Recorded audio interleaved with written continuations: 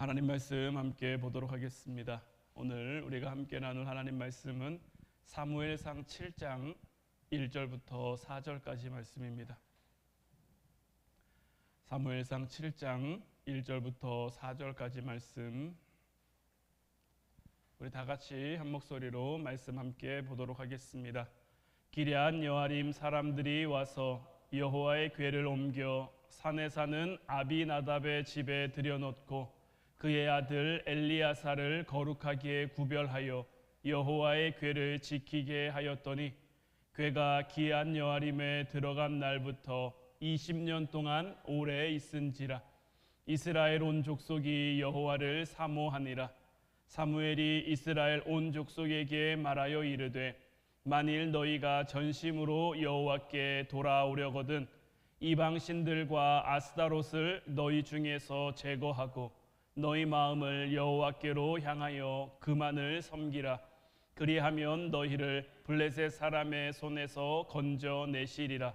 이에 이스라엘 자손이 바알들과 아스다롯을 제거하고 여호와만 섬기니라. 아멘. 오늘 이 시간에는 거룩한 기도라는 제목 가지고 우리가 함께 말씀 나누고 은혜 나누기를 원합니다.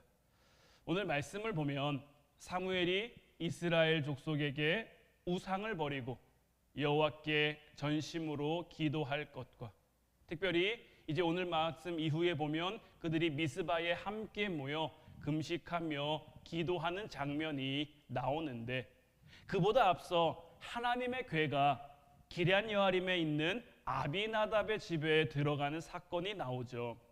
오늘 본문 1절 2절 말씀 다시 보면 기럇 여아림 사람들이 와서 여호와의 궤를 옮겨 산에 사는 아비나답의 집에 들여놓고 그의 아들 엘리야사를 거룩하게 구별하여 여호와의 궤를 지키게 하였더니 궤가 기럇 여아림에 들어간 날부터 20년 동안 오래 있은지라.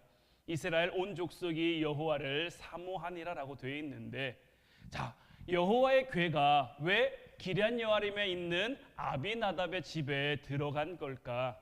이 부분을 이해하기 위해서는 이 이전에 어떤 사건이 있었는지에 대해서 우리가 함께 알아볼 필요가 있는데, 여호와의 궤라는 게 뭡니까? 모세가 하나님께 받은 십계명 돌판을 가리켜 말하는 거죠. 그리고 그것이 담겨 있는 궤가 언약궤죠. 그리고 이 언약궤는 하나님의 임재를 상징합니다. 원래 이 언약궤는 어디 있었느냐? 실로에 있는 성소 안에 있었습니다. 성소에 있어야 할, 실로에 있어야 할 이 언약궤가 왜 기럇 여아림으로 오게 됐느냐?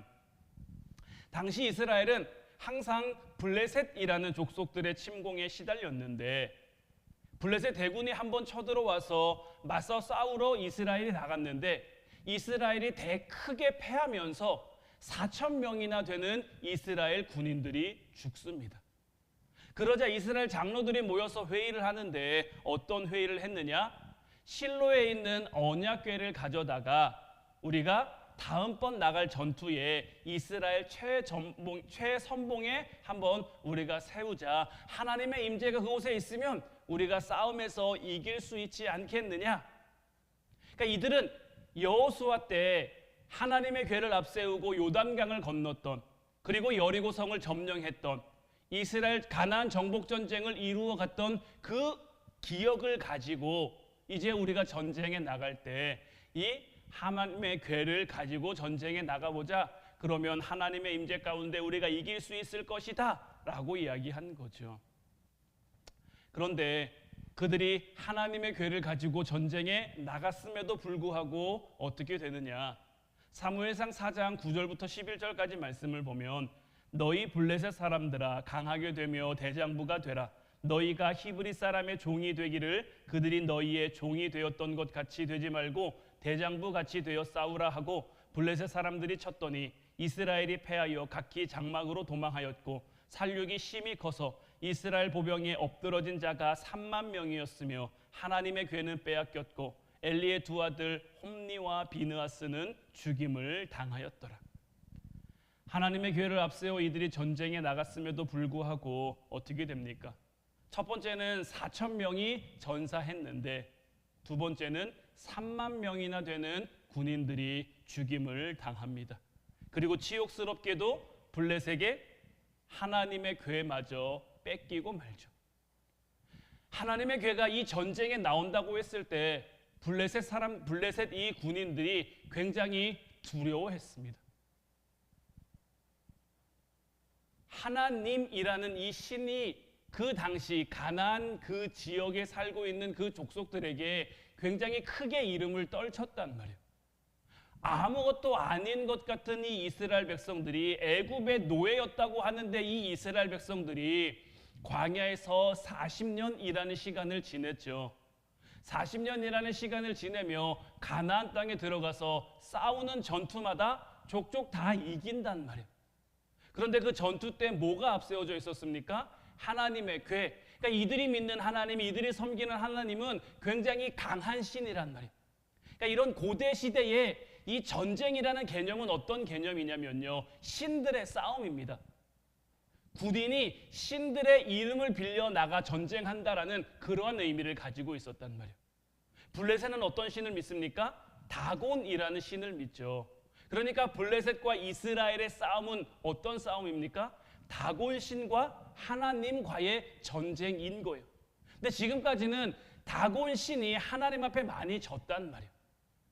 하나님의 궤가 나온다는 얘기를 듣고 블레셋 사람이 두려워할 만큼 블레셋에게 하나님이라는 신은 크고 강한 신이었는데, 이들이 너희 블레셋 사람들아 강하게 되며 대장부가 되라. 그러니까 무서워하지 말고 용기 내서 싸워라.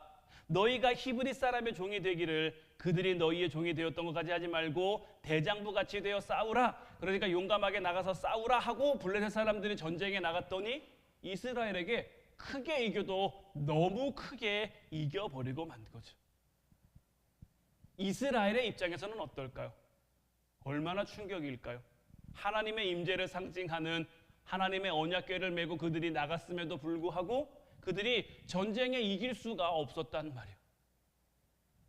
왜 하나님께서는 그 전쟁 가운데 하나님의 궤가 그들과 함께, 하나님의 궤가 그들의 선봉에 서서 나갔음에도 불구하고 왜 하나님은 그들을 지켜주시고 보호해주지 않으셨을까요? 그것은 다른 데 이유가 있는 게 아닙니다. 이스라엘 백성들은요, 하나님을 섬김의 대상으로 여긴 것이 아니라 하나님을 이용하는 그런 이용의 수단으로 여겼기 때문인 거예요.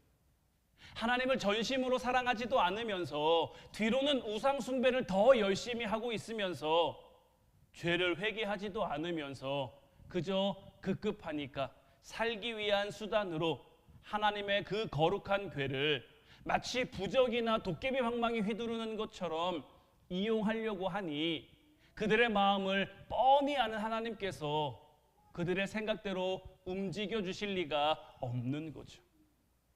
그럼에도 어떻습니까? 하나님은 만홀히 여김을 받지 않으시죠.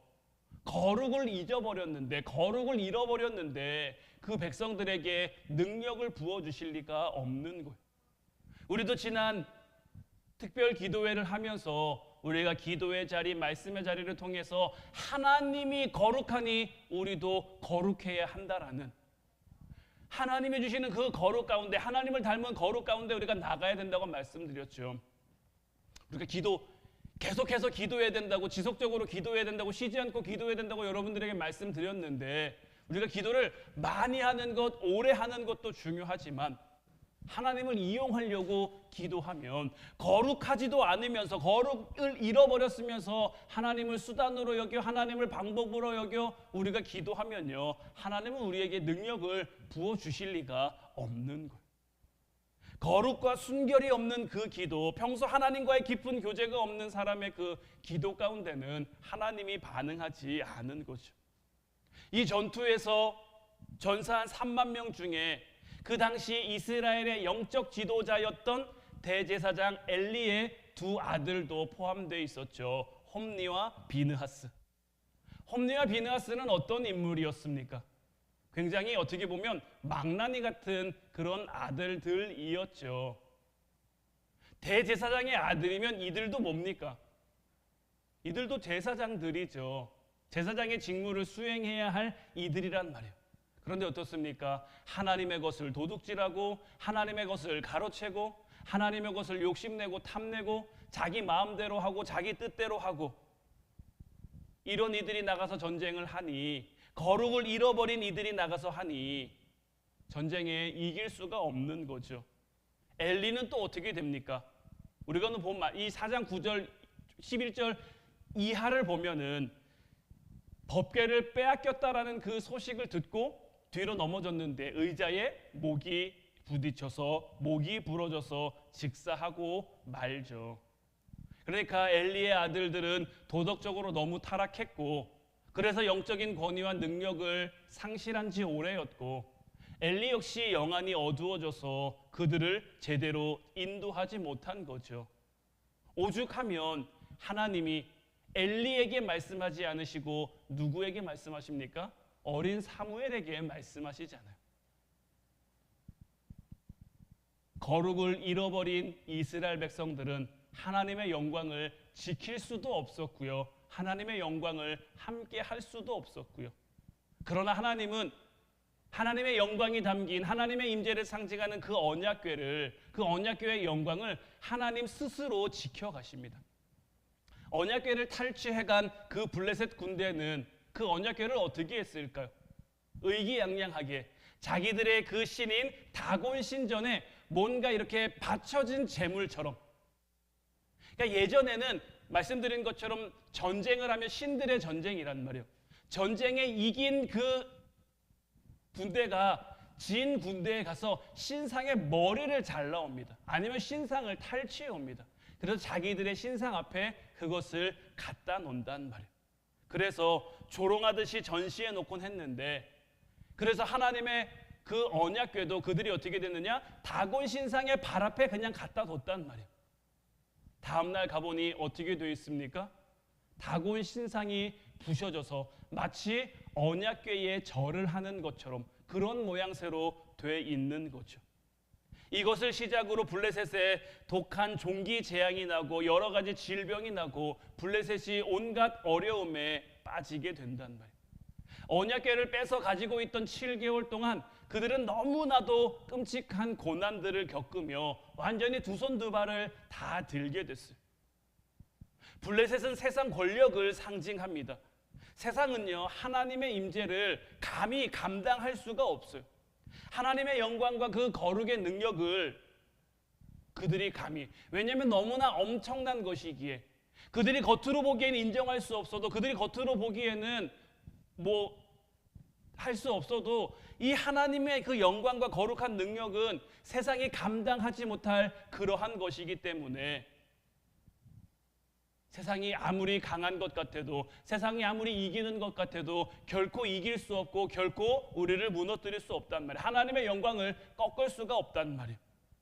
블레셋도 하나님의 언약궤를 빼앗아가면서 굉장히 의기양양하게 이제 자기들이 최고인 것처럼, 자기들이 가장 강한 것처럼, 자기들이 하나님의 영광을 꺾은 것처럼 여기면서 다곤 신상 앞에 하나님의 언약궤를 갖다 놨지만 하나님께서는 스스로의 영광을 지키시며 블레셋을 치셨고, 블레셋은 그 어려움과 곤란 가운데 마침내 언약궤를 다시 이스라엘로 돌려보내기로 결정을 합니다.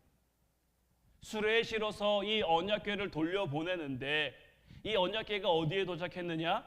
블레셋과 이스라엘의 접경 지역에 있는 벳세메스라는 곳으로 옵니다. 마침내 이 벳세메스로 언약궤가 돌아오자 벳세메스 사람들은 너무 기뻤어요. 너무 신났어요. 너무 신나서 그 법궤를 맞다가 경솔하게 하나님의 궤를 들여다보고 맙니다. 그런데 하나님께서 분명히 그들에게 경고하셨거든요. 민수기 4장 20절 말씀 보면 그들은 잠시라도 들어가서 성소를 보지 말라. 그들이 죽으리라. 하나님께서는 분명하게 그들에게 잠시라도 들어가서 성소를 보지 말라고, 그러면 너희가 죽게 될 것이라고 경고하셨는데, 지금 이스라엘 백성들의 영적 수준, 영적 상태가 어느 정도냐면요, 말씀을 제대로 배운 지도 너무 오래됐고요, 하나님의 말씀이 제대로 선포된 지도 너무 오래됐고요, 그러다 보니까 하나님에 대한 그 경외심을 다 잃어버리고 오히려 우상 숭배가 더 익숙하고, 우상 숭배에는 뭐가 있습니까? 항상 신상이 있단 말이에요. 이 신상을 만지고 보고 섬기고 이런 것에 너무 익숙하니까 하나님의 언약궤도 그것과 마찬가지로 그냥 대해버리는 거예요. 법궤가 왔어요. 함부로 대하면 안 되는데, 함부로 열어보면 안 되는데, 아무 생각 없이 하나님의 언약궤를 그냥 그들이 늘 만지는 그 신상처럼 그렇게 여겨버리고 만 거죠. 어떻게 됐겠습니까? 그 즉시 그곳에 있던 70명이 하나님의 진노로 죽임을 당합니다.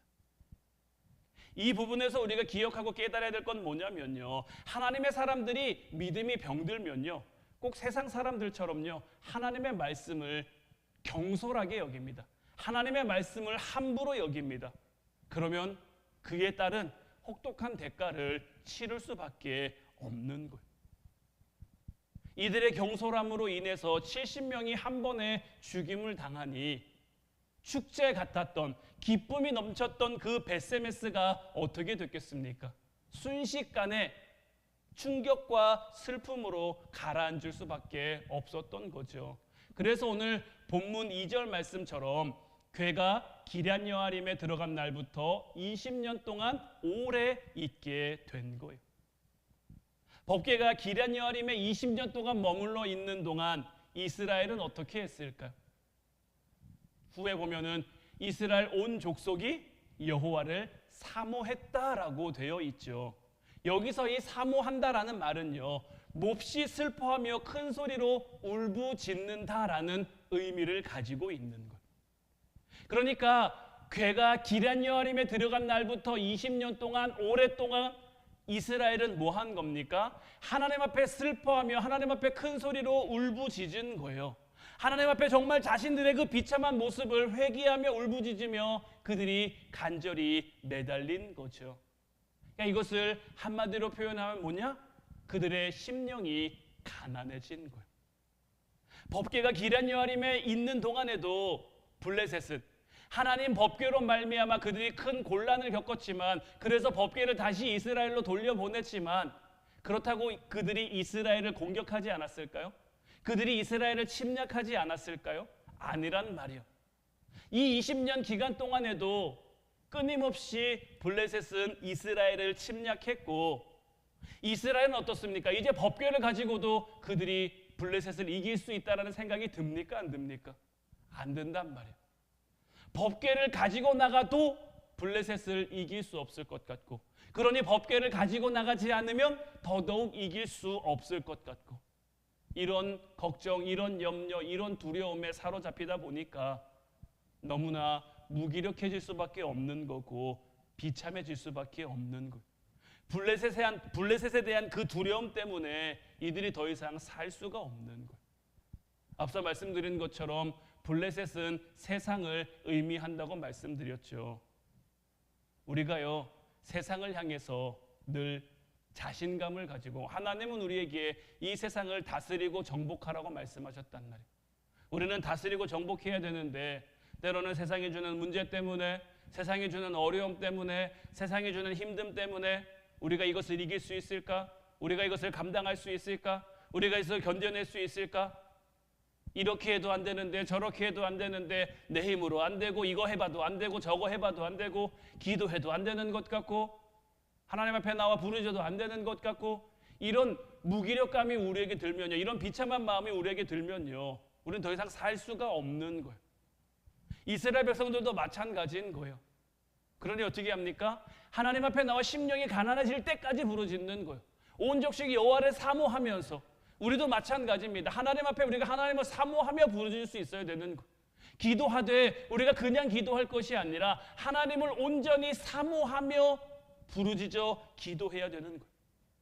우리의 힘으로 도저히 어찌할 수 없는 그 고난이, 우리의 힘으로 이겨낼 수 없는 그런 힘듦이 우리를 기도의 자미로 이끌어 갈 수 있도록 하나님은 우리의 삶에 그런 것들을 예비해 두신 거예요. 위기가 기회입니다. 이스라엘 백성들의 삶도 보면요, 항상 위기의 순간에 하나님의 역사가 나타납니다. 어려움의 순간에 하나님의 은혜가 나타납니다. 곤란한 순간에 하나님의 기적이 나타납니다. 이스라엘이 전쟁에서 패했고 하나님의 법궤를 빼앗겼고 대제사장 엘리가 죽고 그의 두 아들 홈니와 비느하스가 죽어서 영적 리더십의 공백이 생겼는데 빼앗겼던 그 법궤는 블레셋의 재앙을 안기긴 했지만 다시 돌아와서 20년 동안을 그 변두리에 있는 기럇 여아림이라는 곳에 방치되어 있었고 이스라엘은 계속해서 블레셋의 침략을 당하고 있었고 근데 이 모든 것들을 통해서 이스라엘이 어떻게 됩니까? 그들의 심령이 가난해진단 말이에요. 그들의 마음이 가난해진단 말이에요. 그리고 이 격동의 역사는 결국 어떻게 됩니까? 하나님의 사람 사무엘을 역사의 전면에 내세우게 되죠.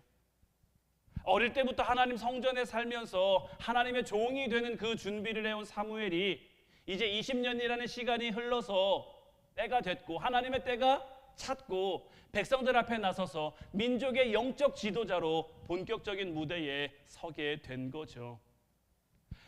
이스라엘 백성들이 이제 심령이 가난한 상태로 마음이 가난한 상태로 하나님 앞에 부르짖고 이제 그들을 이끌어줄 수 있는 영적 지도자를 하나님이 세우셨고 그럼 이제 어떻게 됩니까? 하나님의 역사가 나타날 때인 거죠. 오늘 보면 3절 4절 말씀 이어서 보면 사무엘이 이스라엘 온 족속에게 말하여 이르되 만일 너희가 전심으로 여호와께 돌아오려거든 이방 신들과 아스타롯을 너희 중에서 제거하고 너희 마음을 여호와께로 향하여 그만을 섬기라. 그리하면 너희를 블레셋 사람의 손에서 건져내시리라. 이에 이스라엘 자손이 바알들과 아스타롯을 제거하고 여호와만 섬기니라. 자, 사무엘이 지금 보니까 그들의 심령이 가난해지기는 했습니다. 그들의 마음이 가난해지기는 했어요. 그런데 그들의 삶 가운데 여전히 뭐가 있습니까? 아직 제거되지 않은 우상들이 있는 거예요. 아직 제거되지 않은, 아직 치워지지 않은 바알과 아스타롯이 그들 가운데 있는 거예요.